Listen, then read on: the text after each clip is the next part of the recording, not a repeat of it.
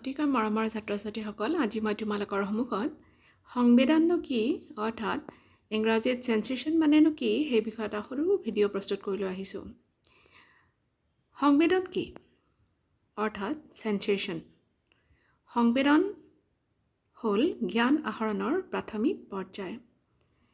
সংবেদন এনে এটা প্ৰক্ৰিয়া যাৰ জৰিয়তে আমি প্ৰথম পৰ্যায়ৰ জ্ঞান লাভ কৰোঁ। সংবেদনৰ জৰিয়তে আমি বাহ্যিক পৰিৱেশৰ জ্ঞান আহৰণ কৰোঁ। আমি সকলোৱে পঞ্চ ইন্দ্ৰিয়ৰ জৰিয়তে জ্ঞান আহৰণ কৰোঁ।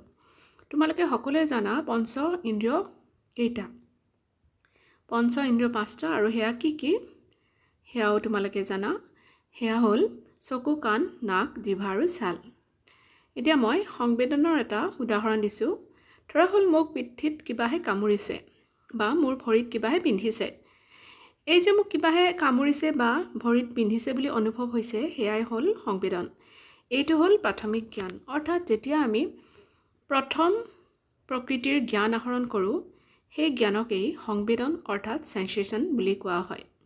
এতিয়া আমাৰ পাঁচটা ইন্দ্ৰিয় আছে, সেয়া হ'ল চকু, কাণ, নাক, জিভা আৰু ছাল।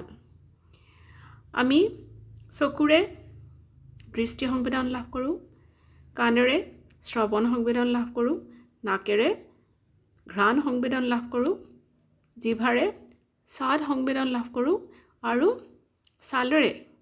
ছালেৰে যিটো স্পৰ্শ যিটো সংবেদন, সেই সংবেদনটো আমি লাভ কৰোঁ। গতিকে এইকেইটা হ'ল পাঁচটা ইন্দ্ৰিয়। এই পাঁচটা ইন্দ্ৰিয়ৰ লগত পাঁচবিধ সংবেদন জড়িত হৈ আছে, অৰ্থাৎ এই ইন্দ্ৰিয়কেইটাৰ জৰিয়তে আমি পাঁচ প্ৰকাৰৰ সংবেদন লাভ কৰোঁ, আৰু সেই সংবেদনৰ জৰিয়তে আমি প্ৰথম পৰ্যায়ৰ জ্ঞান লাভ কৰোঁ, অৰ্থাৎ আমাক সেই সংবেদনে পৰিৱেশৰ প্ৰতি সচেতন কৰি তোলে। আৰু এই সংবেদনকেইটাটো কোৱা হ'লে সেয়া হ'ল চকুৰ জৰিয়তে আমি দেখা সংবেদন লাভ কৰোঁ, নাকৰ জৰিয়তে আমি ঘ্ৰাণ সংবেদন লাভ কৰোঁ, কাণৰ জৰিয়তে আমি শ্ৰৱণ সংবেদন লাভ কৰোঁ, জিভাৰ জৰিয়তে আমি স্বাদ সংবেদন লাভ কৰোঁ, আৰু ছালৰ জৰিয়তে আমি স্পৰ্শ সংবেদনৰ অনুভৱ কৰোঁ। এই পঞ্চ ইন্দ্ৰিয় আৰু সংবেদনৰ জৰিয়তে আমাৰ মস্তিষ্কত যি জ্ঞান প্ৰেৰণ কৰা হয়, তাৰ জৰিয়তে আমি পৰিৱেশৰ প্ৰতি সচেতন হৈ পৰোঁ, আৰু সেই অনুক্ৰমে আমি আমাৰ প্ৰতিক্ৰিয়া প্ৰদৰ্শন কৰোঁ।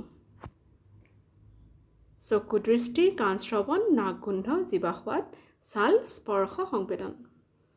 আমি নাকেৰে ঘ্ৰাণ লওঁ। এয়া ইয়াতে ছোৱালীজনীয়ে ফুলৰ গোন্ধ লৈ আছে। ল'ৰাটোৱে ছালৰ জৰিয়তে পোহনীয়া জন্তুটো টাচ কৰিছে, সেইটো টাচ স্পৰ্শ সংবেদন। আৰু ছোৱালীজনীয়ে কিতাপ পঢ়ি আছে, অৰ্থাৎ ইয়াত চকুৰ ইন্দ্ৰিয় ব্যৱহাৰ কৰা হৈছে। আৰু আনজনী ছোৱালীয়ে কিবা টেষ্ট কৰি আছে, সোৱাদ লৈ আছে, আৰু কাৰ জৰিয়তে লৈছে? জিভাৰ জৰিয়তে লৈছে। আৰু ল'ৰাটোৱে কাণত হেডফোন লগাই গান শুনিছে, অৰ্থাৎ কাণৰ জৰিয়তে শ্ৰৱণ সংবেদন অনুভৱ কৰিছে। এই ধৰণে সংবেদনৰ পঞ্চ ইন্দ্ৰিয়ৰ লগত সংযোগ হৈ থাকে, অৰ্থাৎ পঞ্চ ইন্দ্ৰিয়ৰ লগত পাঁচটা সংবেদন জড়িত হৈ থাকে, আৰু প্ৰতিটো সংবেদনে আমাক পৰিৱেশৰ প্ৰতি সচেতন কৰি তোলে। গতিকে ক'ব পাৰি যে সংবেদন হ'ল জ্ঞান আহৰণৰ প্ৰাথমিক পৰ্যায়, আৰু ইয়াৰ জৰিয়তে আমি বাহ্যিক পৰিৱেশৰ জ্ঞান আহৰণ কৰোঁ। যেনে আমি ৰাস্তাৰে গৈ আছোঁ, আৰু এনেতে খুব ধুনীয়া খোৱা বস্তুৰ গোন্ধ ওলালে। আমি গম পালোঁ যে কিবা ভাল খোৱা বস্তুৰ গোন্ধ ওলাইছে, আৰু আমি যে গম পালোঁ সেই কিবা এটা ভাল খোৱা বস্তুৰ গোন্ধ ওলাইছে, সেই জ্ঞানটো আমাক কোনে প্ৰদান কৰিলে? সেই জ্ঞানটো আমাক নাকে প্ৰদান কৰিলে, অৰ্থাৎ ঘ্ৰাণৰ জৰিয়তে আমি সেই সংবেদনটো লাভ কৰিলোঁ, নাকৰ জৰিয়তে লাভ কৰিলোঁ, আৰু সেই সংবেদনটো হ'ল ঘ্ৰাণ সংবেদন। আৰু কেতিয়াবা আমি ৰাস্তাৰে গৈ থাকোঁতে বৰ বেয়া গোন্ধ পালে আমি কি কৰোঁ? নাকত ৰুমাল দিওঁ বা নাকটো সোপা মাৰি ধৰোঁ, অৰ্থাৎ আমাৰ সেই গোন্ধটো পচন্দ হোৱা নাই, গতিকে আমি নাকত সোপা দিছোঁ বা ৰুমাল দিছোঁ। অৰ্থাৎ এই ধৰণে আমি কি কৰোঁ?